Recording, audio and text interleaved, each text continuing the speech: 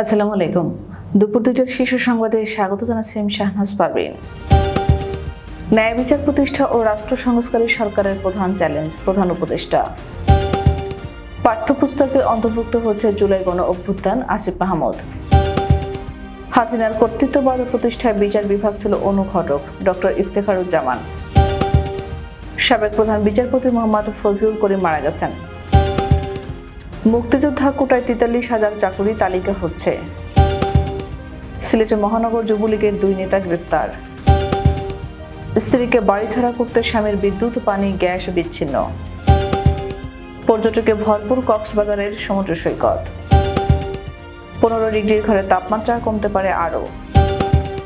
খুলনায় motorcycle easy বাইকের সংঘর্ষে নিহত 2। সড়ক দুর্ঘটনায় আহত চিত্রনায়ক রুবেল। উত্তরপ্রদেশের হাসপাতালের শিশু বিভাগে ভয়াবহ আগুন, 10 শিশুর মৃত্যু। শুনছিলেন শিরোনাম, এবার বিস্তারিত। শনিবার সকালে রাজধানীর প্যান প্যাসিফিক সোনারগাঁও হোটেলে আন্তর্জাতিক ভূ রাজনৈতিক সম্মেলন বে অব বেঙ্গল কনভারসেশন 2024-এর তৃতীয় আসরের উদ্বোধনী অনুষ্ঠানে এমন মন্তব্য করেন তিনি। ডক্টর মোহাম্মদ ইউনূস বলেন, আগামীর বাংলাদেশ হবে ন্যায় বিচার, মানবাধিকার ও বাক স্বাধীনতার। দেশের সামাজিক ন্যায় বিচার প্রতিষ্ঠা ও রাষ্ট্র সংস্কারই সরকারের প্রধান চ্যালেঞ্জ। এজন্য সবাইকে ধৈর্য ধরার আহ্বান জানান তিনি।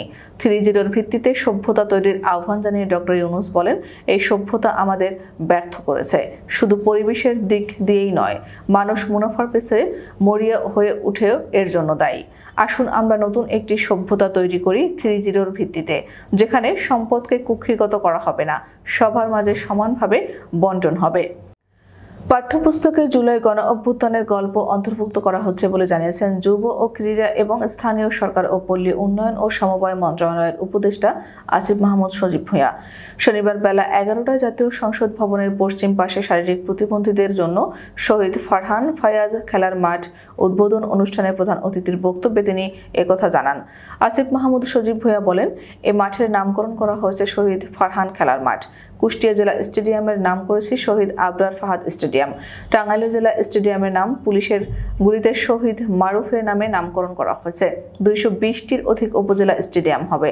আমরা নীতিগত সিদ্ধান্ত নিয়েছি এই 220টি স্টেডিয়ামের নাম সেই উপজেলার শহীদের নামে নামকরণ করা হবে।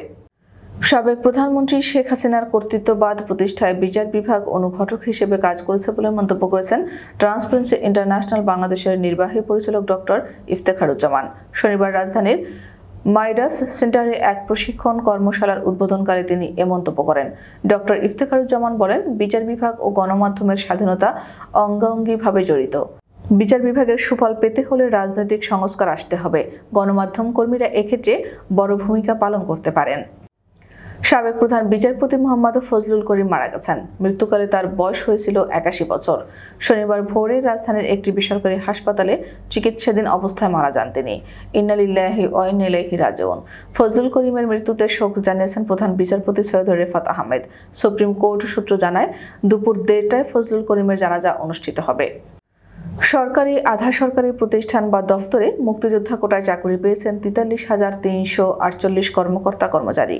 কোটায় চাকরিপ্রাপ্তদের তালিকা যাচাই বাছাই করেছেন মুক্তিযুদ্ধ বিষয়ক মন্ত্রণালয়ের কর্মকর্তারা। মুক্তিযোদ্ধা কোটায় করা সরকারি চাকরি বাগিয়েছেন তা জনগণকে জানাতে শিগগিরই এই তালিকা অ্যাপসের মাধ্যমে ওয়েবসাইটে প্রকাশ করা হবে। তাদের মধ্যে কেউ ভুয়া সনদে চাকরি নিয়ে থাকলে সংশ্লিষ্ট অ্যাপসে সে বিষয়ে অভিযোগ করার সুযোগ রাখা হবে। জাল সনদে মুক্তিযোদ্ধা কোটায় চাকরি নেওয়া কর্মকর্তা ও কর্মচারীদের খুঁজে বের করতেই এ তালিকা করা হচ্ছে বলে সূত্র বলছে। সিলেটে মহানগর যুবলীগের 2 নেতাকে গ্রেফতার করেছে র্যাব। শুক্রবার সন্ধ্যায় এক সংবাদ বিজ্ঞপ্তিতে বিষয়টি নিশ্চিত করেন র্যাব 9 এর মিডিয়া অফিসার ও সহকারী পুলিশ সুপার মোহাম্মদ মশিউর রহমান সোহেল। এর আগে বৃহস্পতিবার দিনগত গভীর রাতে সুনামগঞ্জের ছাতক উপজেলার গোবিন্দগঞ্জ এলাকা থেকে তাদের গ্রেপ্তার করা হয়। গ্রেপ্তাররা হলেন সিলেটের মহানগর যুবলীগের এমদাদ হোসেন ইমু এবং তথ্য ও গবেষণা বিষয়ক সম্পাদক রূপম আহমদ। তাদের বিরুদ্ধে সিলেটের ছাত্র জনতার আন্দোলনে হামলা ও গুলির অভিযোগে মামলা রয়েছে। পটুয়াখালীতে স্ত্রীকে বাড়ি ছাড়া করতে বিদ্যুৎ, পানি ও গ্যাস লাইন বিচ্ছিন্ন করে দিয়েছেন দুলাল চন্দ্র দেবনাথ নামের এক ব্যক্তি। এতে শিশু সন্তান নিয়ে মানবতার জীবনযাপন করছেন তার স্ত্রী সোমা দেবনাথ।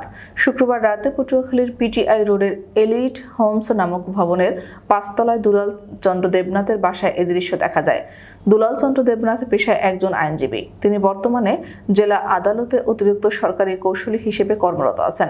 পরিবার এবং স্থানীয় সূত্রে জানা যায়, অ্যাডভোকেট দুলাল চন্দ্র দেবনাথ 13 বছর আগে পারিবারিকভাবে পটুয়াখালীর বাসিন্দা সোমা দেবনাথকে বিয়ে করেন। তাদের একটি 4 বছর বয়সী মেয়ে সন্তান রয়েছে।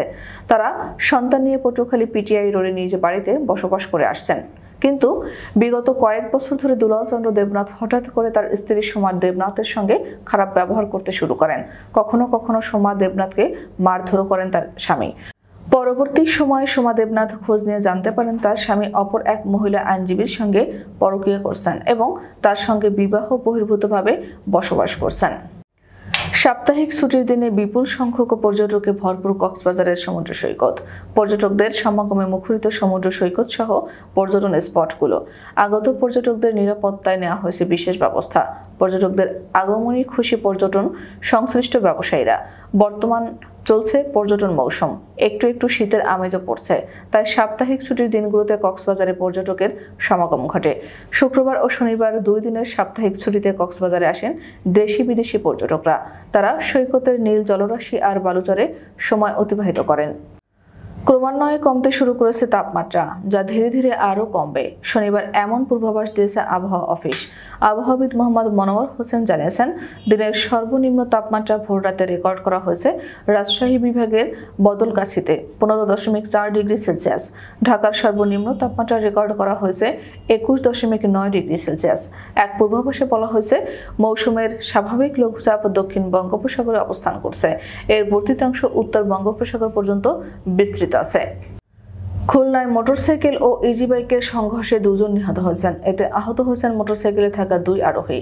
শুক্রবার রাতে নগরীর রূপসা সেতুর বাইপাস সড়কের হরিণটানা গেট এলাকায় এ দুর্ঘটনা ঘটে। নিহতরা হলেন বাগেরহাট জেলার মংলা উপজেলার দিগরাজ এলাকার মোয়াজ্জেম হোসেনের ছেলে মোটরসাইকেলের চালক মোহাম্মদ মিরাজ এবং লবণচরা থানার দারোগার ভিটা এলাকার বাসিন্দা ইজি বাইক চালক মতিন। মাদারীপুরে সড়ক দুর্ঘটনায় গুরুতর আহত হয়েছেন ঢালিউডের জনপ্রিয় চিত্রনায়ক মাসুম পারভেজ রুবেল। এছাড়া আহত হয়েছেন আরও 8 জন। শনিবার মাদারীপুরের সমাদ্দার এলাকায় এ দুর্ঘটনা ঘটে।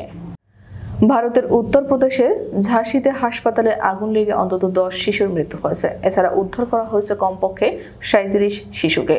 গতকাল শুক্রবার রাতে ঝাঁসি মহারানী লক্ষ্মীবাই মেডিকেল কলেজ ও হাসপাতালে এই অগ্নিকাণ্ড ঘটে। শনিবার এক প্রতিবেদনে এই তথ্য জানিয়েছে ভারতীয় সংবাদ মাধ্যম এনডিটিভি। প্রাথমিকভাবে মনে করা হচ্ছে শর্ট সার্কিট থেকে হাসপাতালের শিশু বিভাগে আগুন লেগেছে। শুক্রবার রাত 10:30 দিকে ঝাঁসি মেডিকেল কলেজের এনআইসিইউতে আগুন লাগে। প্রত্যক্ষদর্শীরা জানিয়েছেন, এনআইসিইউতে হঠাৎ ধোঁয়ায় ঢেকে যায়। তখন দমকল কর্মীরা ঘটনাস্থলে পৌঁছানোর আগেই এনআইসিইউ এর জানালা ভেঙে চিকিৎসক ও হাসপাতাল কর্মীরা 37 জন শিশুকে উদ্ধার করে। আমাদের পরবর্তী রাত 10টার শীর্ষ সংবাদ দেখার আমন্ত্রণ জানিয়ে এখনকার মতো বিদায় নিচ্ছি। দর্শক, ভিডিওটি শেষ পর্যন্ত দেখার জন্য আপনাকে অসংখ্য ধন্যবাদ। নিত্য নতুন সংবাদ পেতে আমাদের ইউটিউব চ্যানেলটি সাবস্ক্রাইব করুন ও নিয়মিত নোটিফিকেশন পেতে বেল বাটনটি ক্লিক করুন এবং আমাদের ফেসবুক পেজটিতে লাইক করুন। এছাড়াও আমাদের ভিডিওতে লাইক দিয়ে শেয়ার করুন। আল্লাহ হাফেজ।